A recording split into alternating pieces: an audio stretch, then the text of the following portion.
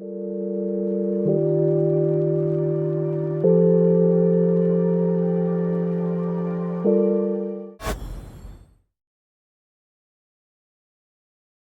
the final epoch of the pagan world, before the yoke of monotheistic religion encased the Western mind, there was a being so unique, so impossibly refined, that her life became myth even as she lived it.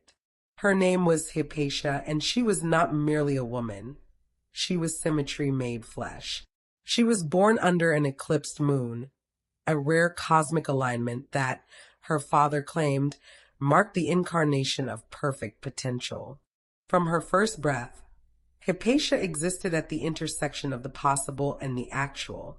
She was a living convergence of nature and nurture, inheriting the genius of ancestral minds and raised in the rarest of environments, a library temple of ancient knowledge curated by her philosopher father, a sage of Alexandria.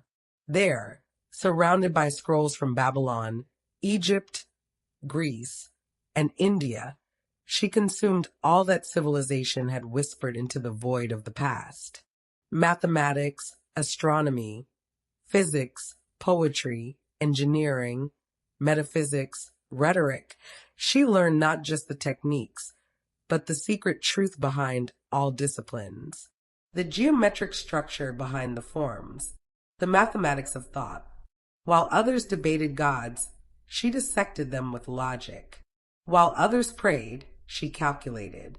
And while the early Christians baptized in water, Hypatia baptized herself in the sacred flame of zero, a void not of absence, but of potential, a space of infinite recursion and fractal transcendence. This is her story. Moonlight filtered through the alabaster shutters, casting geometric patterns across the scrolls that blanketed Hypatia's chamber. She traced her finger along an equation, feeling the papyrus crinkle beneath her touch. Numbers weren't merely symbols to her. They were living entities, pulsing with potential. "Father, I found something." Her voice echoed against the limestone walls of their private library. Theon looked up from his own calculations, the lamplight catching the silver in his beard. "Show me." Hypatia, barely 14, pushed back a strand of dark braided hair from her sun-drenched face and rotated the scroll toward him. Where others saw only abstract figures, she perceived doorways. "The Diophantine equation, I've solved it differently. Look at how the curves intersect when we introduce the concept of zero." Theon leaned forward, eyes widening as he followed her annotations. "This is unprecedented. You've created a recursive function that maps infinity into a closed system," she finished, her voice steady despite the thrill coursing through her veins. "It's not just mathematics, Father. It's a language for something far deeper." Through the open window came the distant chanting from the Serapeum temple. Alexandria hummed with contradictions, Greek wisdom, Egyptian mysteries, Roman governance, and the growing fervor of Christian converts all pressed against one another like tectonic plates. "Be careful, daughter," Theon whispered, though no one else was present. "What you've discovered, some would call it heresy." "Truth cannot be heresy," she replied, rolling up the scroll. "Besides, I haven't discovered anything. I've merely recognized what was always there, waiting. The fertile ground." Alexandria of the late 4th century was a city of collision, where worlds met, merged, and sometimes shattered against each other. Founded by Alexander the Great and nurtured by the Ptolemies, it remained the intellectual heart of the Mediterranean, even as the great library had diminished through successive conflicts. The city stretched along the sparkling coast, its legendary Pharos lighthouse still guiding ships laden with papyrus, grain, and exotic spices from distant lands. Hypatia had been born into this cauldron of culture around 370 CE. What was certain was her extraordinary potential. From her earliest days, Theon had recognized something profound in his daughter's mind, a clarity and intuition that surpassed even his own considerable talents. Their home near the Malsion was modest by Alexandria's patrician standards, but rich beyond measure in knowledge. The walls were lined with scrolls and codices, salvaged treasures from the once great library and Theon's personal collection, accumulated over decades. The air smelled perpetually of ink, papyrus, and the sea breeze that drifted through open windows. As a member of the Malsion, Theon had access to mathematical texts from across the known world. He taught Hypatia to read when she was barely 5, guiding her small fingers across Greek letters and Egyptian hieroglyphs alike. By 7, she had devoured Euclid's Elements. By 10, she was correcting errors in copies of Apollonius's Conics. "Nature gave you a mind unlike any I've seen," Theon often told her. "My duty is merely to nurture what already exists." And nurture he did. Unlike other men of Alexandria who kept their daughters secluded and focused on domestic arts, Theon brought Hypatia to the Malsion, where she absorbed lectures on geometry, astronomy, and philosophy. He arranged for her physical education as well, believing in the Greek ideal of balanced development, swimming in the Mediterranean, running along the canopic way at dawn, and training in rhetoric. "The mind cannot soar if the body is neglected," he would say, quoting Plato. The singular combination of her innate brilliance and this unprecedented education created something Alexandria had never seen. A female philosopher-scientist whose intelligence commanded respect even in the patriarchal world of late antiquity. By 15, Hypatia had outgrown Alexandria's teachers. Theon sent her to Athens for 3 years to study directly with Neoplatonic masters, immersing herself in the teachings of Plotinus and Iamblichus. When she returned, her transformation was complete, no longer a prodigy, but a philosopher in her own right. Now, at 25, she stood on the marble steps of the lecture hall at Com Eldica, the morning sun illuminating her form. She wore the tribon, the coarse philosopher's cloak typically reserved for men, draped over a simple linen chiton that fell to her ankles. Her dark braids were gathered at the nape of her neck, accentuating her striking features, wide-set eyes, high cheekbones, and full lips set in an expression of thoughtful serenity. Students gathered below, a diverse assembly of Alexandria's privileged youth, sons of Greek merchants, Roman officials, Egyptian priests, and even a few daughters of progressive families. They fell silent as she raised her hand. "Today," she began, her voice clear and resonant, "we explore not just what is, but the absence that makes existence possible." The Philosopher's Path. 5 years later, Hypatia stood before 50 students in the marble-columned auditorium. Sunlight streamed through the high windows, illuminating dust motes that danced like celestial bodies. The space had once been used for poetry recitations and dramatic readings, but under her tenure, it had become Alexandria's premier center for mathematical inquiry. "The heavens are not divine because they are high," she pronounced, her voice carrying to the farthest corners of the room. "They are divine because they are ordered. The planets do not move by the whims of gods, but by mathematical necessity." She moved to the sand table at the center of the room and drew a perfect circle with a brass compass. "Observe the circle. What do you see?" A young man in the front row, Synesius, the governor's son, leaned forward. "Unity. Perfection. Yes, but what else?" Hypatia challenged, her dark eyes intense. Silence fell across the room. She waited, allowing the question to ripen. "Nothing," came a hesitant voice from the back. "Precisely." Hypatia's fingers stabbed the center point. At its heart, void. 0. The absence that makes presence possible. The Greeks call it a pairon, the boundless. The Egyptians understood it as the primeval waters of none. But it is neither mystical nor religious. It is the fundamental state from which all patterns emerge. She swept her hand through the sand, obliterating the circle, and to which all patterns return, A chill passed through the room, though the Alexandrian afternoon was warm. After the students departed, Synesius lingered, his patrician features softened by genuine curiosity. "Teacher," he ventured, "your words today troubled some of the Christian students. They whisper that you deny the Creator." Hypatia regarded him thoughtfully. Synesius himself came from a Christian family, though his devotion to philosophy often placed him at odds with the more dogmatic elements of his faith. "I deny nothing," she replied. "I merely suggest that the fundamental nature of reality is mathematical rather than anthropomorphic. The Christians speak of God as logos, the word, the rational principle. Is that so different from what I propose? That creation emerges from pattern. But they say pattern requires a designer. And who created the designer?" She smiled. "Better to recognize that pattern itself is fundamental. The void contains all potential, just as zero contains all numbers." Synesius nodded slowly. "You walk a dangerous path, teacher." "All paths of true inquiry are dangerous," she replied. "Now go. Contemplate the circle. Tomorrow we discuss Apollonius." As he left, Hypatia gathered her instruments, the compass, the brass astrolabe, and the wax tablets containing her notes. Outside, Alexandria bustled with evening activity.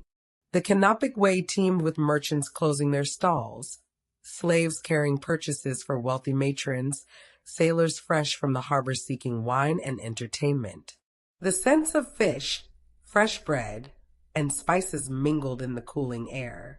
Hypatia walked with purpose, her philosopher's cloak marking her as a figure of respect.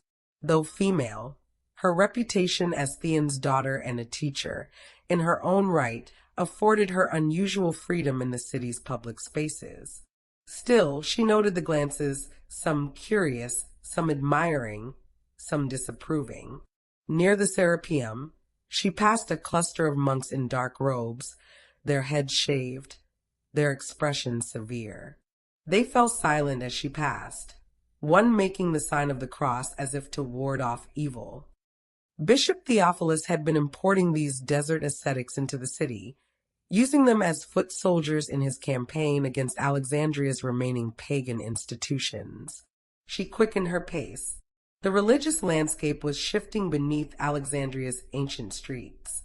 Emperor Theodosius had declared Christianity the empire's official religion just a decade earlier, and the consequences were still unfolding.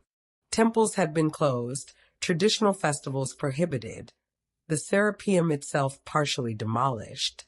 The Mouseion where her father taught survived only because it positioned itself as a secular institution of learning rather than a pagan shrine. As she reached her home, a modest but elegant dwelling near the harbor, Hypatia found her father entertaining a visitor. The man rose as she entered, revealing the purple-bordered toga of a Roman official.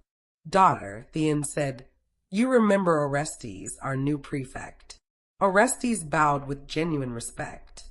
"Philosophy honors us with her presence." Hypatia inclined her head. "Rome honors us with a prefect who values learning. I was just telling your father that I hope to attend one of your lectures. They say your presentations on Ptolemy's astronomy draw crowds that would make actors jealous. You are welcome anytime, prefect. Though I warn you, I do not simplify for officials any more than for students." Orestes laughed. "I would expect nothing less." After their visitor departed, Theon sighed heavily, sinking onto a couch. At 65, his once robust frame had grown thin, though his mind remained sharp. "Orestes brings troubling news," he said. "Theophilus grows bolder. There's talk of converting the Mouseion into a Christian school, purging all pagan texts from its library." Hypatia sat beside him, reaching for his hand. "The prefect will protect secular learning. He understands Alexandria's value to the empire lies in knowledge, not dogma." "Perhaps. But Alexandria is changing, daughter. The old ways are dying." "Not dying," she corrected. transforming. Knowledge cannot be destroyed, only concealed for a time. Theon studied her face, noting the certainty in her expression. You've always seen patterns I cannot, he said finally. Perhaps you're right. The Book of Zero. In her private study that night, Hypatia sat cross-legged on the floor, surrounded by oil lamps arranged in a precise geometric pattern. Brass astronomical instruments, astrolabes, armillary spheres, and tools of her own design gleamed in the flickering light. She closed her eyes, breathing in rhythm with a mental count. 7 in. Hold for 11. Release for 13. Prime numbers creating a complex balance. As her consciousness settled, the familiar sensation began. A tingling at the base of her spine that traveled upward, branching like lightning through her nervous system. The lamps around her dimmed, though no breeze disturbed their flames. In the center of the room, dust particles began to swirl, coalescing into a spiraling vortex that caught the diminished light. The air grew heavy, as though gravity itself were being localized, concentrated. Hypatia opened her eyes, focusing on the disturbance without surprise. She had been experimenting with this phenomenon for months now, ever since discovering that certain mathematical meditations could produce physical effects in the world around her. Form, she whispered, extending one hand. The swirling dust responded, compressing into a sphere the size of an olive pit. It hovered, pulsing with an inner darkness that seemed to absorb rather than reflect light. A knock at the door shattered her concentration. The sphere collapsed, dust particles scattering in all directions. Enter, she called, rising to her feet in a fluid motion. Her assistant Hesychius appeared, face pale. Forgive the interruption, but there's trouble. Bishop Theophilus's men were seen in the market, tearing down mathematical diagrams you posted. They're calling them pagan spells. Hypatia's expression remained composed. Were any of our students harmed? No, teacher. Then let them tear paper. Ideas cannot be destroyed so easily. She turned to her writing desk, where the beginnings of her treatise, the Book of Zero, lay in neat stacks. We have more important work to do. For years, Hypatia had been developing a unified theory of mathematics, consciousness, and reality. What began as commentaries on Diophantus's Arithmetica and Apollonius's Conics had evolved into something far more profound. She had discovered, through rigorous mathematical analysis and meditative practices, that consciousness itself operated according to mathematical principles. The Book of Zero presented a radical thesis, that the concept of nothingness, zero, was not merely a mathematical convenience, but the fundamental ground of all existence. From this void, patterned by consciousness, all reality emerged in fractal iterations. The implications were staggering. If consciousness and reality were fundamentally mathematical, then a mind that fully grasped these patterns could, in theory, influence them. The strange phenomena she had begun experiencing, objects moving without touch, light dimming without cause, were not supernatural but entirely natural consequences of her deepening understanding. Hesychius glanced nervously at the manuscript. Teacher, perhaps we should move these to a safer location? If the bishop's men come here. They won't, Hypatia replied with certainty. Not yet, at least. The patterns don't converge in that direction. She smiled at his confused expression. But your concern is noted. Tomorrow make copies. Distribute them among our most trusted students, Synesius, Herculianus, and Olympus. After he left, Hypatia returned to her meditation position. The disturbances she could create were still small, inconsistent, but they were growing stronger with practice. Just last week, she had managed to suspend a stylus in midair for nearly a minute, writing on a wax tablet without touching it.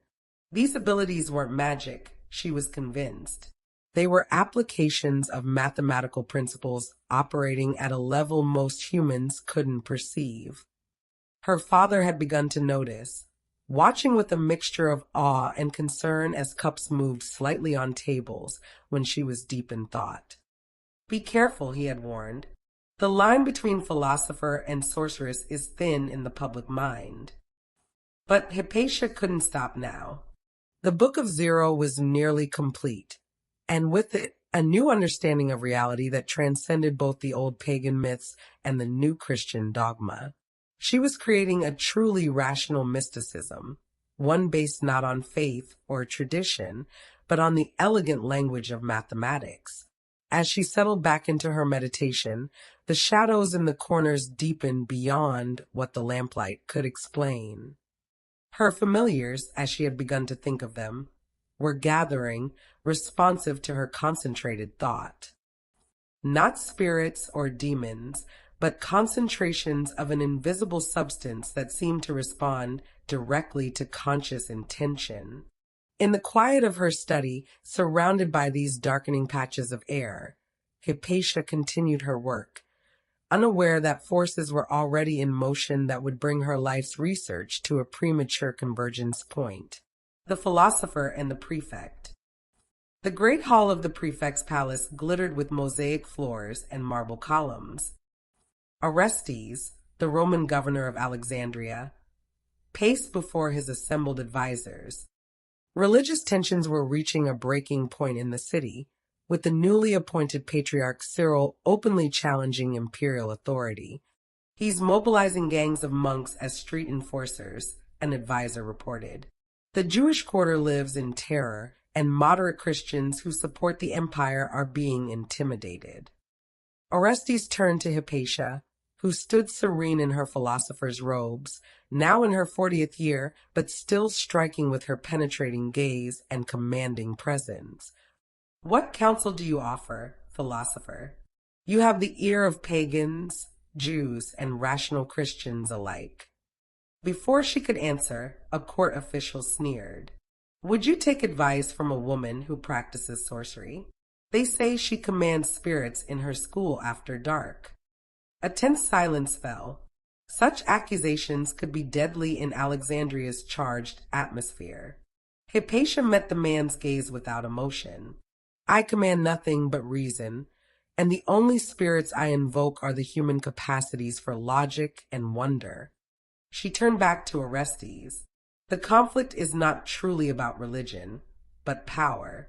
Cyril wants Alexandria to answer to the church, not Rome." "And what would you have me do?" Orestes asked. "Stand firm on the secular law. Protect all citizens equally. And," she hesitated, then continued, "permit me to finish my work. What I'm creating will outlast these petty struggles." The meeting continued for another hour, with various factions arguing their positions. Through it all, Hypatia remained largely silent, observing the patterns of alliance and opposition that flowed through the room like currents. When the council finally adjourned, Orestes asked her to remain behind. When they were alone, he dropped the formal demeanor of the prefect. "Your position grows more precarious by the day," he said quietly. "Cyril sees you as the obstacle to his complete control over Alexandria. He knows I value your counsel above all others." Hypatia smiled faintly. "I'm well aware of the patriarch's opinion of me. It's not just opinion anymore. He spreads rumors, claims you practice divination, that you've bewitched me and other officials." Orestes ran a hand through his graying hair. "I can protect you politically, but these religious charges, they find fertile ground in superstitious minds." "I appreciate your concern," she said, "but my work is too important to abandon out of fear." The Book of Zero is nearly complete. A theory of everything that requires neither pagan gods nor Christian divinity to explain the cosmos. That sounds precisely like the kind of work that could get you labeled a heretic by all sides. Orestes observed. "Truth often does." She glanced out the window, where the sunset painted Alexandria's white buildings in shades of gold and rose. You know, I've calculated the possibilities. There are many branches, many futures. In some, Alexandria remains a beacon of learning. In others, she trailed off. In others, darkness falls, not forever, but for centuries. She turned back to him, her eyes reflecting the fading light. But even in darkness, certain ideas persist, waiting to reemerge when minds are ready. Later, as Hypatia walked home through Alexandria's twilit streets, flanked by two student bodyguards, she sensed the weight of eyes upon her. The city was changing. Where scholars had once debated freely in colonnaded walkways, now suspicion hung thick in the air. At a market crossing, a street preacher pointed at her. Behold the witch who corrupts the governor with her demonic mathematics. Her guards moved to confront him, but Hypatia laid a hand on their arms. Leave him. His mind is imprisoned by fear, while ours remain free. From a nearby alley, a cluster of parabolani watched, the zealous church-appointed caretakers of the sick, who increasingly served as Cyril's enforcers. Their leader, a gaunt man known as Peter the Reader, made the sign of the cross as she passed, his eyes burning with righteous hatred. Hypatia met his gaze without fear, then continued her journey home, where the Book of Zero awaited completion. Shadows and equations. The oil lamp cast elongated shadows across the walls of Hypatia's study. She had been working since sunset, revising the final chapter of her manuscript. The Book of Zero had grown far beyond her initial conception, no longer merely a mathematical treatise, but a complete cosmology. Its central thesis had crystallized during her decades of research, that reality itself was fundamentally mathematical, arising from the void through recursive patterns. Just as zero contained the potential for all numbers, the cosmic void contained all possible realities. And consciousness, properly trained, could navigate and even influence these patterns. The mind does not merely observe reality, she wrote, her stylus flowing across the papyrus. It participates in reality's ongoing creation. When consciousness enters deep recursive contemplation of the void, it touches the seed of creation itself. As she wrote, the familiar vibration began in her fingertips. The shadows in the corners deepened beyond what the lamplight could explain. Her familiars, concentrations of an invisible substance that seemed to respond to conscious intention, were gathering, drawn by the intense computational activity of her mind. A knock interrupted her work. She blinked, coming back to ordinary awareness. "Enter," she called. Theon appeared, looking troubled. Though approaching 70, he still carried himself with dignity, his lean frame wrapped in a simple white tunic. "Daughter," he said, "I've received disturbing news. Cyril has publicly denounced you in his sermon today." Hypatia nodded, unsurprised. What were his specific charges? The usual: sorcery, misleading the youth, corrupting officials with female wiles. Theon's mouth tightened. But there was something new. He claimed to have evidence that you desecrate the Eucharist in secret rituals. She raised an eyebrow. Creative, and utterly false, of course. "Truth is irrelevant in matters of faith," Theon said bitterly.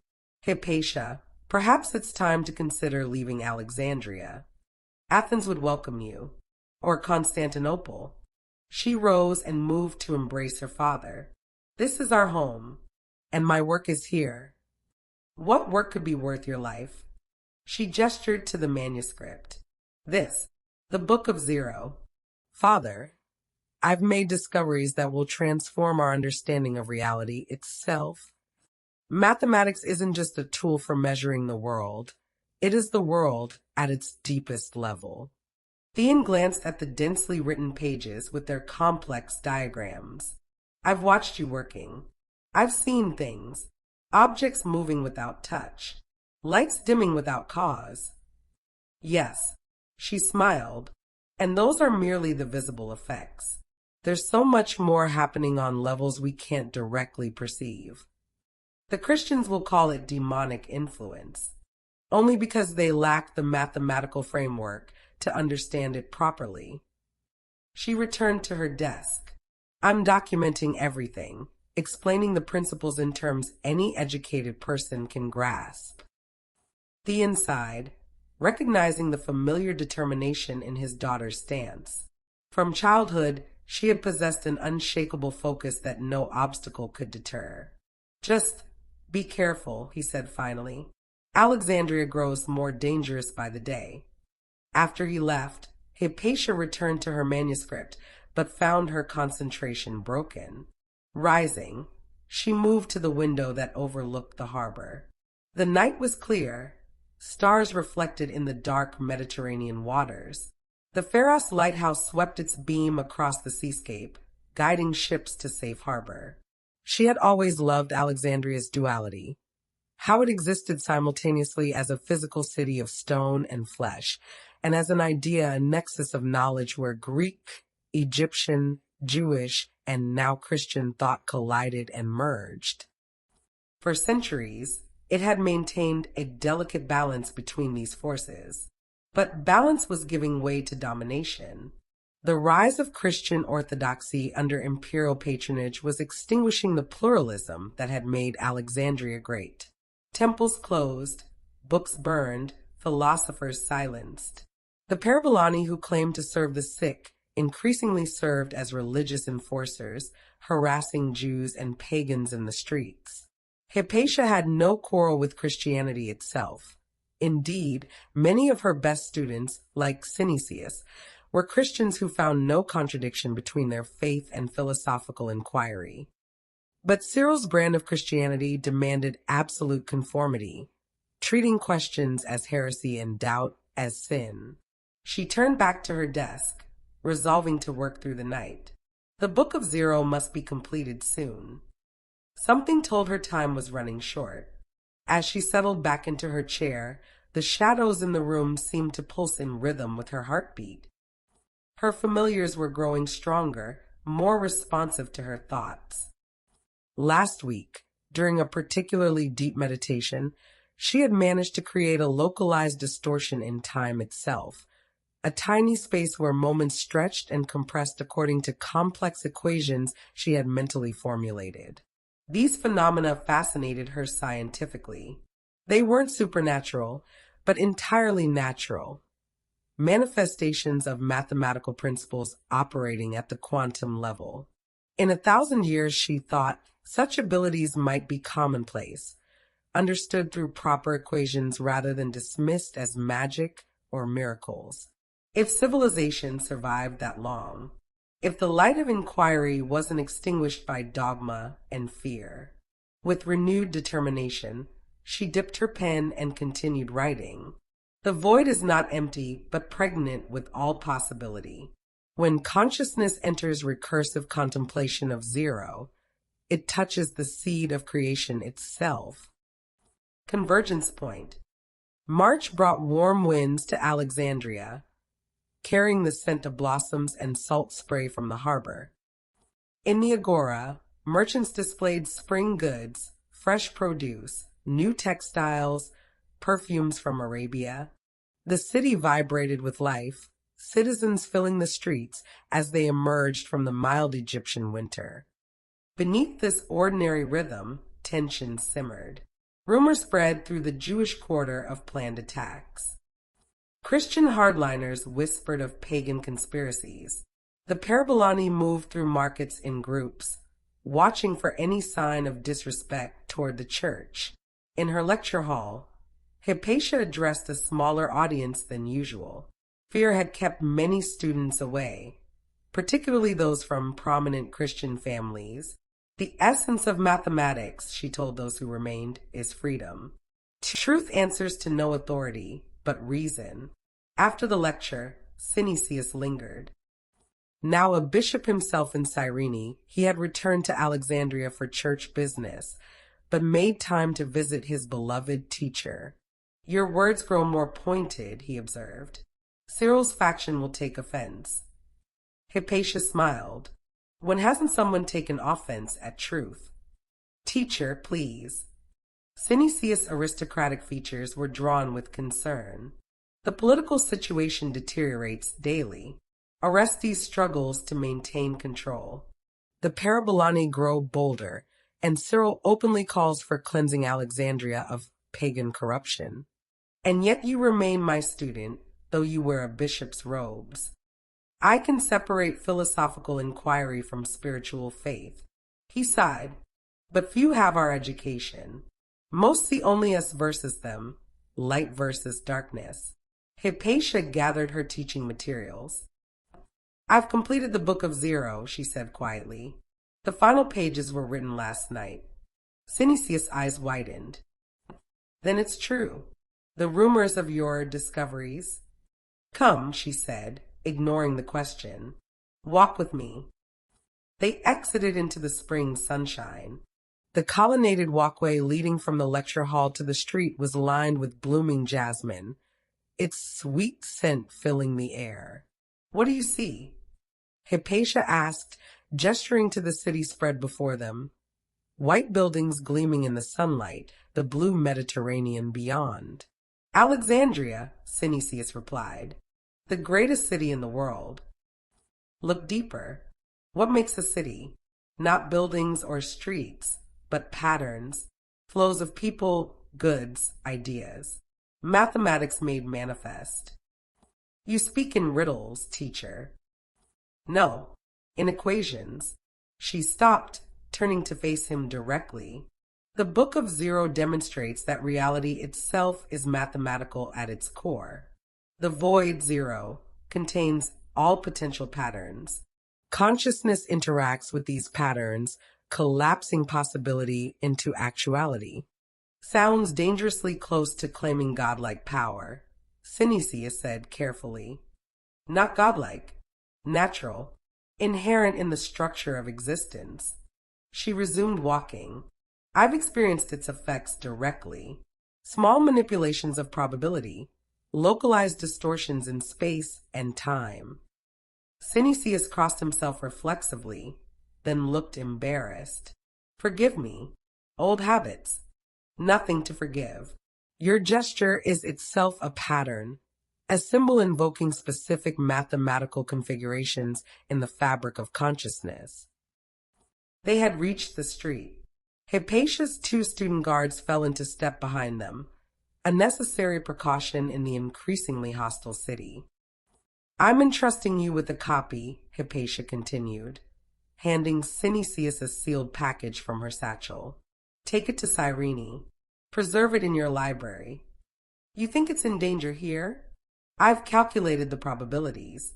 The most likely futures involve disruption.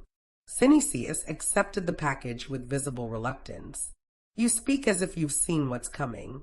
Not seen. Computed. Her expression softened. Don't worry for me, Synesius. Whatever happens, remember that patterns cannot be destroyed, only transformed. As they parted, Synesius turned back. Teacher, one last question. These abilities you mention, controlling probability, affecting physical reality through mathematical meditation. Why not use them to protect yourself, to change what's coming?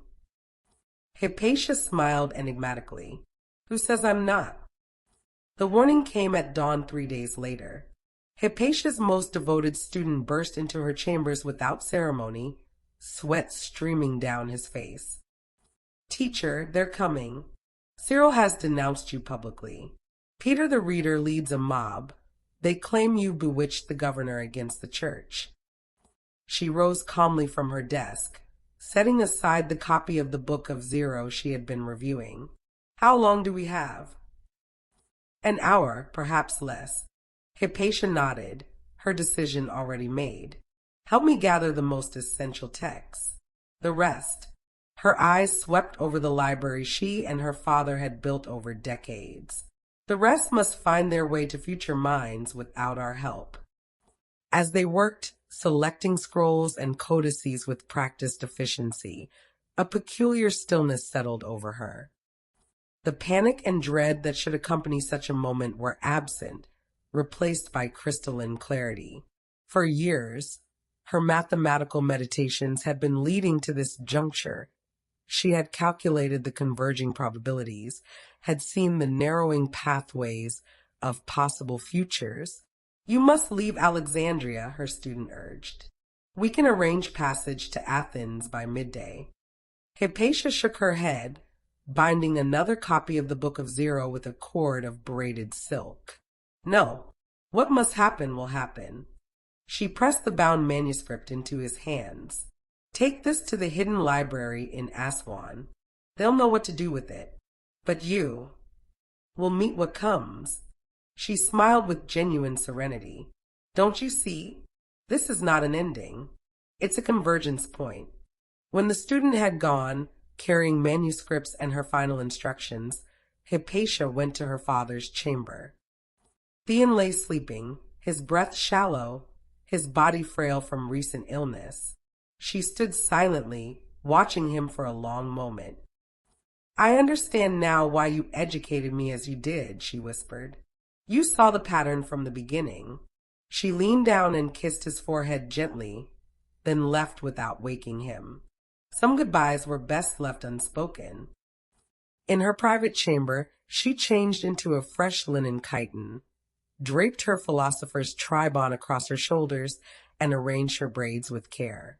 Then she sat cross-legged on the floor, assuming the meditation posture she had refined over decades. Her breathing deepened. 7 in.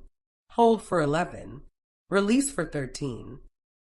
The familiar vibration began at the base of her spine, rising through her nervous system like lightning through storm clouds. Around her, the air thickened. Shadows gathered in the corners, her familiars drawn by her focused consciousness. They had grown stronger in recent months, more responsive to her will. Not spirits or demons, but concentrations of invisible matter that existed outside normal perception. "Come," she whispered, extending her awareness toward them. "The time approaches." From the street below came the first sounds of the mob. Angry voices, the shuffle of many feet, the dull thud of clubs against building walls. Hypatia didn't move. Her mind had entered the mathematical state she called deep recursion, a condition where consciousness folded in upon itself, generating fractal patterns of thought that interface directly with the underlying structure of reality. In this state, she could see probabilities as tangible pathways, branching and merging like rivers across a vast delta. Most led to darkness, her physical destruction, the loss of her work, centuries of suppressed knowledge. But one path, narrow and complex, led elsewhere. Not to physical survival, that option had closed days ago, but to something unexpected. Transcendence. The mob had reached the building now. She could hear them on the stairs, shouting for the witch to show herself. Hypatia opened her eyes. The room had changed. The familiar shadows had coalesced into visible forms, twisting, geometrically complex shapes that defied Euclidean expectations. Her familiars had never manifested so concretely before. "It begins," she said softly. The recursive formula that had occupied her studies for decades unfurled in her mind, not as written symbols, but as living architecture, a fractal pattern expanding infinitely inward and outward simultaneously. The door splintered. Men with clubs and knives poured in, led by a gaunt figure in religious robes, Peter the Reader, Cyril's zealous lieutenant. "There sits the witch," he cried, "the pagan sorceress who turns men's hearts from God with her demonic numbers." Hypatia opened her eyes but did not rise. "You cannot destroy knowledge by destroying its vessels," she said calmly. "What I have discovered will return again and again, whenever minds are free to question." The men advanced, their faces contorted with righteous hatred. But as the first hand reached for her, Hypatia initiated the final sequence, a mental algorithm of such complexity that reality itself hesitated around her. Time slowed. The sounds of the mob stretched into low, distorted echoes. The particles of air between her and her attackers became visible to her heightened perception, billions of microscopic points frozen in their dance. In this stretched moment, Hypatia felt her consciousness detach from ordinary causality as if falling inwards endlessly. The familiar she had cultivated rushed toward her, no longer confined to the room's periphery. They enveloped her with impossible darkness, a darkness that contained, paradoxically, infinite mathematical complexity. Before her inner vision appeared what she had glimpsed only theoretically until now. The fractal cosmic cube. Not a physical object, but a geometric manifestation of all possible realities, nested within each other in endless recursion. Each face of the cube contained a universe. Each universe contained infinite cubes. To the mob, it appeared that Hypatia simply slumped forward, as if her spirit had fled her body in fear. They reached her unresisting form, dragged her from the chair, and began their violent attack with shells and tiles. But Hypatia was no longer there to experience their rage. Her consciousness had entered the interstice, the space between dimensions that her mathematics had revealed. The recursive function she had perfected in the book of zero had transformed her awareness into a pattern that existed independent of her physical form. As her body was destroyed in one reality, her mind expanded into boundless many others. She had become a living theorem, a self-proving equation that could never be erased because it was fundamental to the structure of existence itself. Centuries passed. Civilizations rose and fell. The Library of Alexandria burned, taking with it most copies of Hypatia's works. What little survived endured only through the efforts of Arab scholars in the House of Wisdom. Christianity spread across Europe, then fragmented. Science emerged from the shadows of dogma, painstakingly rediscovering piece by piece what Hypatia had once seen in totality. In a university classroom in 2025, a young physicist stared at her computer screen, perplexed by the results of a dark matter detection experiment. "That's impossible," she murmured. "The particles are behaving as if they're reacting to conscious observation." As she worked late into the night, the shadows in the laboratory corners deepened, watching with silent, intelligent interest. When she finally made her breakthrough, a mathematical proof linking consciousness to dark matter interactions, she couldn't shake the eerie sense that she hadn't discovered anything new. It felt like knowledge that had always existed had simply found her, patiently waiting for millennia to be reclaimed. That night, in her dreams, she saw a woman in ancient robes writing equations in sand. A voice echoed, "Neither from here nor there. I did not die. I converged." And somewhere in the mathematical structure of reality itself, Hypatia continued her endless calculations, a living algorithm exploring the infinite facets of the cosmic fractal cube. She had become one with the perfect symmetry, transcending time, death, and the limitations of a single consciousness.